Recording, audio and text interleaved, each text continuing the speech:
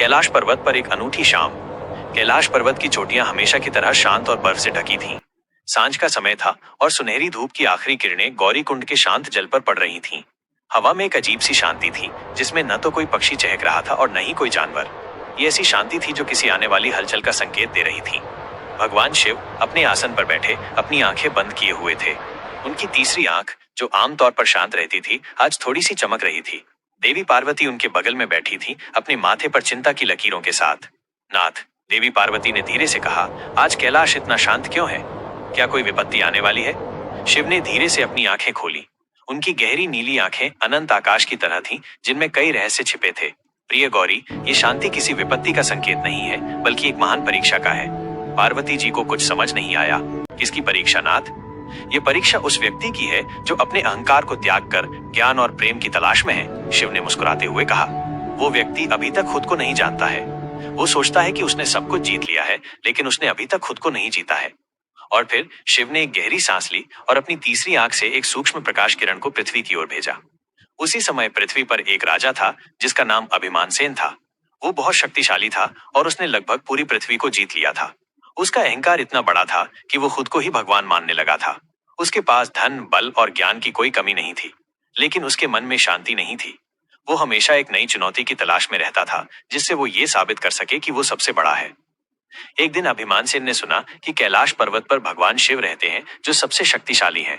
उसने सोचा, मैं भगवान को जीतूंगा और फिर सब मानेंगे कि मैं ही इस दुनिया का सबसे महान प्राणी हूँ। अपनी विशाल सेना और सभी अस्त्र शस्त्रों के साथ वो कैलाश की ओर चल पड़ा। उसकी सेना की गर्जना से पहाड़ कांपने लगे और जंगल के जानवर डरकर भागने लगे। जैसे जैसे वे कैलाश के पास पहुंचे, मौसम और भी ठंडा होने लगा। बर्फीली हवाएं चलने लगी और बर्फबारी भी तेज हो गई। लेकिन अभिमान सेन रुका नहीं। जब वे कैलाश पर्वत के मुख्य द्वार पर पहुंचे, तो उन्होंने देखा कि एक विशाल सर्प द्वार पर कुंडली मारे बैठा है। वो था वासुकी, शिव का प्रिय सर्प। वासुकी ने अभिमान सेन की सेना को रोक दिया। अभिमान सेन ने अपने सबसे बहादुर योद्धाओं को आगे भेजा, लेकिन वे सभी वासुकी की एक फुफकार से पत्थर बन गए। अभिमान सेन डर गया, लेकिन उसने हार नहीं मानी। उसने अपने सबसे शक्तिशाली अस्त्रों का उपयोग किया, लेकिन वासुकी पर उनका कोई असर नहीं हुआ। हारकर अभिमान सेन ने अपनी तलवार फेंक दी और चिल्लाया, मैं आपसे लड़ नहीं सकता, लेकिन मुझे भगवान शिव से मिलना है। क्या आप मुझे उनसे मिलने देंगे? वासुकी ने अपनी कुंडली थोड़ी सी ढीली की और अभिमान सेन को आगे जाने दिया। अभिमान सेन अकेला ही आगे बढ़ा। रास्ते में उसने शिव के प्रिय बैल नंदी को देखा। नंदी अपनी आंखों से अग्नि की तरह लपटें निकाल रहे थे। अभिमान सेन ने सोचा, मैं इस बैल को तो आसानी से हरा दूंगा। लेकिन जैसे ही उसने नंदी पर हमला करने की कोशिश की, नंदी ने एक गर्जना की, जिससे अभिमान सेन का शरीर कांपने लगा।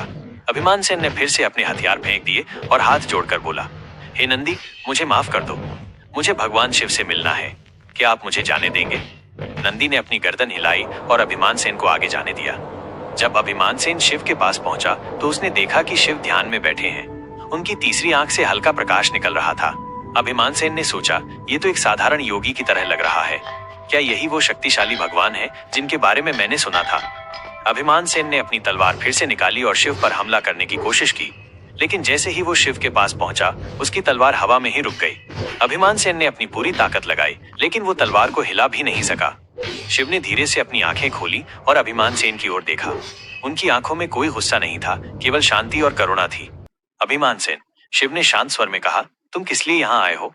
अभिमान सेन ने देखा कि उसकी तलवार हवा में ही लटकी है। वो चौंक गया और बोला, मैं आपको जीतने के लिए आया था, लेकिन अब मुझे समझ आ गया है कि मैं कितना मूर्ख था। तुमने दुनिया को जीत लिया, लेकिन क्या तुम अपने अहंकार को जीत पाए? शिव ने पूछा। अभिमान सेन ने महसूस किया कि उसकी तलवार वास्तव में उसका अहंकार था। उसने तलवार को गिरा दिया और शिव के चरणों में गिर गया। नहीं प्रभु, मैंने अपने अहंकार को नहीं जीता। मैं अब समझ गया हूँ कि असली शक्ति अपने आप को जीतने में है, दूसरों को नहीं। शिव ने अपना हाथ बढ़ाया और अभिमान सेन को उठाया। जब तक तुम अपनी तलवार को अपने हाथ में रखते, तुम कुछ नहीं सीख पाते। तुमने अपने हथियार छोड़ दिए और तभी तुम ज्ञान और शांति पा सके। ये दुनिया एक दर्पण है जो तुम्हारा अहंकार तुम्हें दिखाता है, लेकिन जब तुम अपने अहंकार को छोड़ देते हो, तो तुम अपनी असली शक्ति को पाते हो। अभिमान सेन ने शिव से क्षमा मांगी और उनसे ज्ञान की मांग की। शिव ने उसे अपनी तीसरी आंख से एक ज्ञान का प्रकाश दिया, जिससे अभिमान सेन का मन शांत हो गया। जब अभिमान सेन वापस अपने राज्य में लौटा, तो वो एक नया इंसान बन चुका था। उसने अपना अहंकार त्याग दिया और अपनी प्रजा की सेवा में खुद को समर्पित कर दिया। उसने समझा कि असली शक्ति दूसरों की सेवा और प्रेम में है, न कि दूसरों को जीतने में। और कैलाश पर्वत पर देवी पार्वती ने मुस्कुराते हुए कहा, नाथ, आपने एक बार फिर साबित कर दिया कि असली शक्ति विनाश में नहीं बल्कि सृजन और प्रेम में है। शिव ने मुस्कुराते हुए कहा, गौरी, ज्ञान और प्रेम ही सबसे बड़ा अस्त्र है। इस कहानी में अभिमान सेन का अहंकार उसके पतन का कारण बन रहा था, लेकिन भगवान शिव की करुणा और ज्ञान ने उसे सही रास्ता दिखाया। ये कहानी हमें सिखाती है कि अहंकार को त्याग कर ही हम सच्ची शांति और शक्ति पा सकते हैं।